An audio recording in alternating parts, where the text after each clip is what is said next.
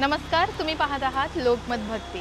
भरत जैन यांचं ऑफिस आहे ठाण्याला। ठाणे वेस्टला जर तुम्ही आलात तर वीर सावरकर नगरमध्ये तुम्हाला यायचं आहे आणि आई माता मंदिर चौक इथे जर तुम्ही आलात तर अगदी वॉकिंग डिस्टन्सवर वास्तू जेम्स या नावाची यांची ऑफिस आहे, तर तुम्ही इथे नक्कीच भेट देऊ शकता।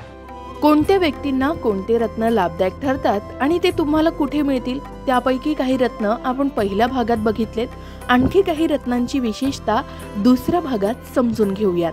आता आपण बघणार आहोत माणिक रत्न। माणिक रत्नाचे काय फायदे मिळतात? ये माणिक रत्न है, ये सूर्य का रत्न है। इसकी जो सिंह राशि होती है उसका स्वामी सूर्य होता है और सूर्य ग्रह का ये रत्न माणिक है। अगर किसी को कुंडली के हिसाब से सूर्य ग्रह का रत्न पहनना है तो ये रूबी अर्थात माणिक बोलते हैं इसको, ये पहना जा सकता है। इसकी कारकत्व की बात करें तो ये पॉलिटिक्स के लिए अच्छा है, गवर्नमेंट रिलेटेड जॉब के लिए अच्छा है। किसी का हेल्थ इशू बार बार आता है, हेल्थ ठीक नहीं रहता है तो उसके लिए रूबी पहनना चाहिए। उसके लिए हेल्थ ठीक होने में बहुत प्रॉब्लम सॉल्व होती है, उसको सपोर्ट करता है, हेल्थ ठीक रहती है। और इसके अलावा राजयोग, अगर जिसको पॉलिटिक्स में आगे जाने के लिए, उसके लिए ये बहुत अच्छा रत्न है। और बाकी कुंडली देख करके ये देख सकते हैं कि सूर्य कुंडली में कहाँ बैठा हुआ है, वो हिसाब से ये माणिक रत्न सजेशन किया जाता है और इसको सोने में पहना जा सकता है। और सेकंड ऑप्शन इसका तांबे में भी पहन सकते हैं इसको। अच्छा, तर अर्थातच तुम्ही जोही रत्न परिधान करता तेव्हा ज्योतिषांचा सल्ला घेणं नक्कीच गरजेचं असतं आणि ते फायदेकारक सुद्धा ठरतं। तर ज्यांनाही राजकारणात पुढे जायचं आहे आणि ज्यांना हेल्थ इश्यूज आहेत, आरोग्याशी संबंधित काही तक्रारी आहेत, त्यांनी हा रत्न नक्कीच परिधान करू शकता। मात्र त्याआधी ज्योतिषांचा सल्ला नक्कीच घ्यावा।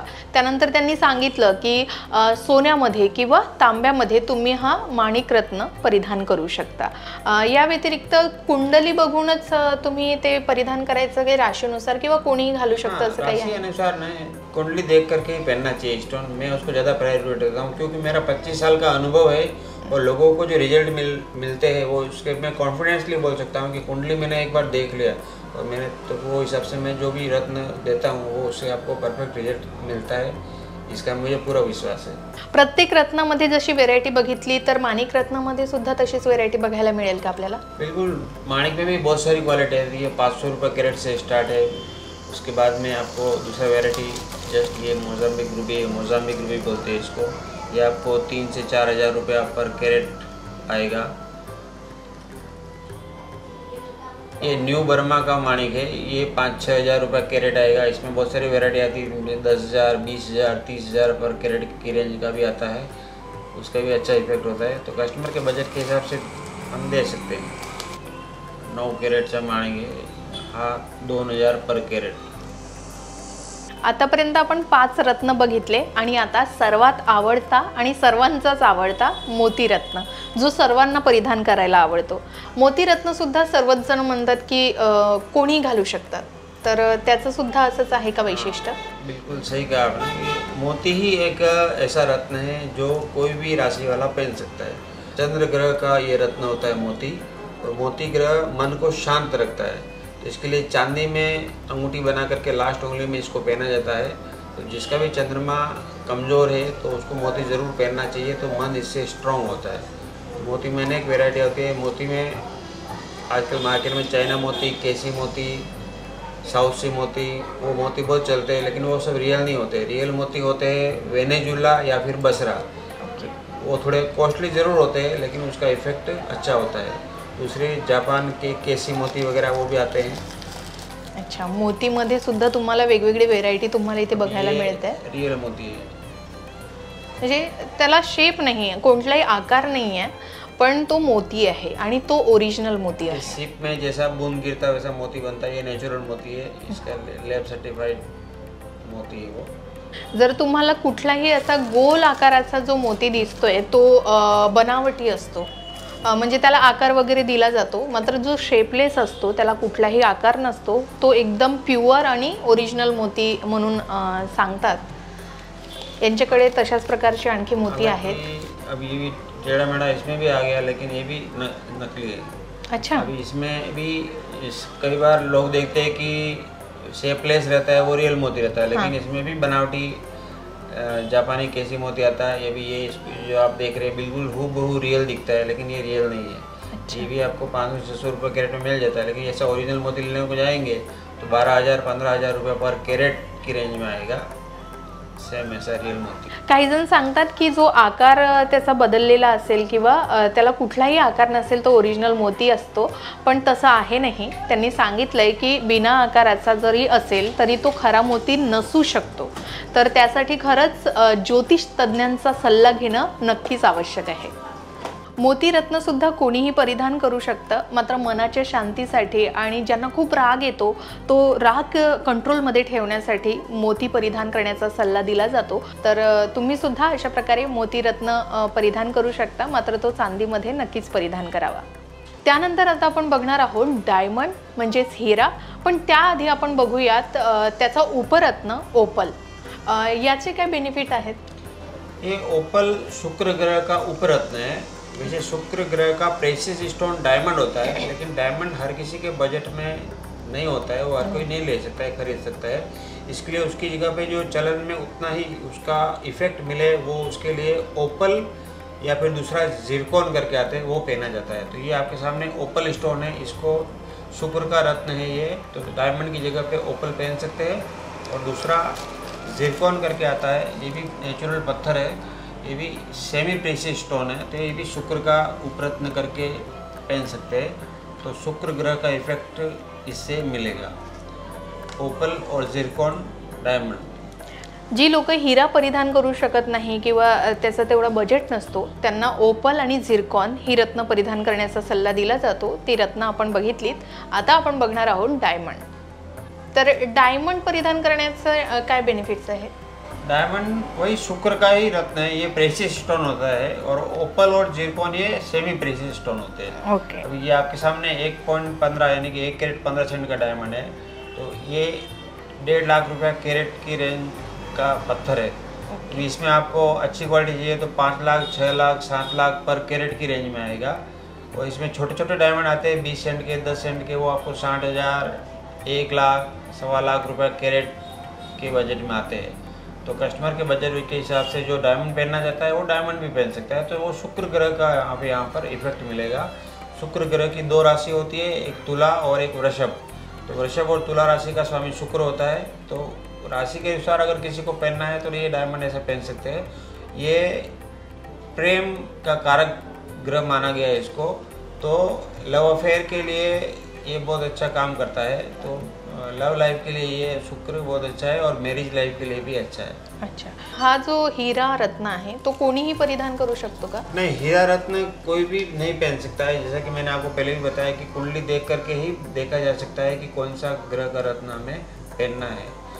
सिर्फ मोती छोड़ करके कोई सा भी ग्रह कोई भी नहीं पहन सकता है। वो ग्रह देख करके ही पता लगाया जा सकता है और सजेस्ट किया जा सकता है कि कितना कैरेट का पहनना है, कितना ग्रेविटी का पहनना है, कौन सा मेटल में पहनना है। वो सब बातें बहुत मायने रखती है और वो हम पूरी तरह से हम साइंटिफिक बताते हैं और बना के देते हैं। ओके। तर हीरा रत्न सुद्धा कोणीही परिधान करू शकत नाही, मात्र मोती रत्न कोणीही परिधान करू शकतो। ज्यांना हीरा रत्न परिधान करायचं आहे त्याच्यासाठी हा सल्ला दिला जातो की त्यांना प्रेम संबंध टिकवून ठेवायचे आहेत किंवा वैवाहिक जीवन सुखी करायचं आहे, अशा व्यक्तींनाच हीरा रत्न परिधान करण्याचा सल्ला दिला जातो। तर हीरा रत्न जर तुम्हालाही परिधान करायचा असेल तर ज्योतिष तज्ञांचा सल्ला नक्कीच घ्या आणि तुम्ही हीरा नक्की खरेदी करू शकता। हीरा रत्न इतका महाग आहे की तो प्रत्येक जण धारण करू शकत नाही, मात्र प्रेमासंबंधित आणि वैवाहिक जीवन सुखी करण्यासाठी हीरा रत्न परिधान करण्याचा सल्ला नक्कीच दिला जातो। मात्र हीरा रत्न जे व्यक्ती घेऊ शकत नाही त्यांना ओपल आणि हा झिरकॉन रत्न परिधान करण्याचा सल्ला दिला जातो। तर ते रत्न सुद्धा ऑप्शन म्हणून यांच्याकडे आहेत, तर तुम्ही नक्कीच ते इथनं घेऊन जाऊ शकता। तर 9 ग्रहांचे 9 रत्न आहेत जे आपल्या कुंडलीतील परिस्थितीनुसार आपल्याला परिधान करण्याचा सल्ला दिला जातो। तर आतापर्यंत आपण 7 रत्न बघितलीत, त्यानंतर आता 2 रत्न बाकी आहेत जी राहू आणि केतूशी संबंधित आहेत। तर राहू आणि केतूशी संबंधित जी रत्न आहेत ती खूप कमी लोक परिधान करतात, ते सुद्धा आपण इथे आता जाणून घेऊयात। काय सांगाल राहू आणि केतूच्या रत्नाबद्दल? ये राहु ग्रह का रत्न है जिसको गोमेद बोलते हैं। ओके। और राहु और केतु ये दोनों ग्रह एक्चुअली छाया ग्रह है, इनका कोई फिजिकल अस्तित्व नहीं है, लेकिन फिर भी जातक की लाइफ के ऊपर बहुत बड़ा इफेक्ट डालते हैं। अगर राहु कुंडली में अच्छा है तो व्यक्ति को बहुत ऊपर लेके जाता है, और राहु अगर नेगेटिव है और राहु की महादशा चल रही है तो व्यक्ति को बहुत ही नीचे लेके जाता है, हेल्थ इश्यू भी देता है, काम में प्रॉब्लम्स देता है, रुकावटें देता है, शादी को भी तोड़ता है। तो राहु का काम तोड़ने का काम है, जैसा गुरु जोड़ने का काम करता है और तो राहु तोड़ने का काम करता है। ये राहु का रत्न गोमेद, अगर कुंडली में राहु अच्छी स्थिति में बैठा हुआ है, अच्छा योग बना के बैठा हुआ है, तो राहु का रत्न गोमेद पहना जा सकता है। तर गोमेद रत्न अर्थातच तुम्ही तुमच्या ग्रहांच्या स्थितीनुसार खरेदी करू शकता। त्यासाठी सुद्धा ज्योतिषांचा सल्ला जे देतील त्यानुसार तो परिधान नक्कीच करावा। हा रत्न कशामध्ये आपण परिधान करू शकतो, म्हणजे चांदी कोणत्या धातु? रत्न गोमेद आप चांदी में चलता है, चांदी में इसको पहन सकते हैं, इसको सोने में बनाने की जरूरत नहीं। ओके, तर चांदीमध्ये तुम्ही हा गोमेद रत्न नक्कीच परिधान करू शकता ज्यांनाही राहूची महादशा असेल। म्हणजे राहूची जी परिस्थिती आहे ती खराब चालते म्हणून हा गोमेद रत्न परिधान केला जातो की चांगलं असलं तरी पण करतात? अच्छा क्वेश्चन किया आपने कि राहु अच्छा है तो पहनना है या खराब है तो पहनना है। देखो, जो हमारे लिए अच्छा है हम उसको गले लगाएंगे, उसको घर में बुलाएंगे। हमारे लिए जो अच्छा मित्र है, अच्छा हमें जो फायदा देने वाला है, उसको हम पास में बुलाएंगे। इसीलिए राहु अगर कुंडली में अच्छा योग बना करके बैठा है तो ही राहु का रत्न गोमेद बना करके उसको स्ट्रॉन्ग और किया जा सकता है और उससे लाभ लिया जा सकता है। अगर राहु नेगेटिव है तो राहु का रत्न गोमेद नहीं पहना जा सकता है। इसके बारे में अनेक मतें, कई सारे ज्योतिषी राहु खराब होता है, राहु नीच का होता है और राहु का रत्न गोमेद पहना देते हैं तो व्यक्ति और प्रॉब्लम में आ जाता है। अच्छा, तर बघा यासाठी सुद्धा खरंच ज्योतिषांचा सल्ला घेणं उपायकारक ठरतं, कारण त्याचे बेनिफिट सुद्धा तसे आपल्याला प्राप्त होतात।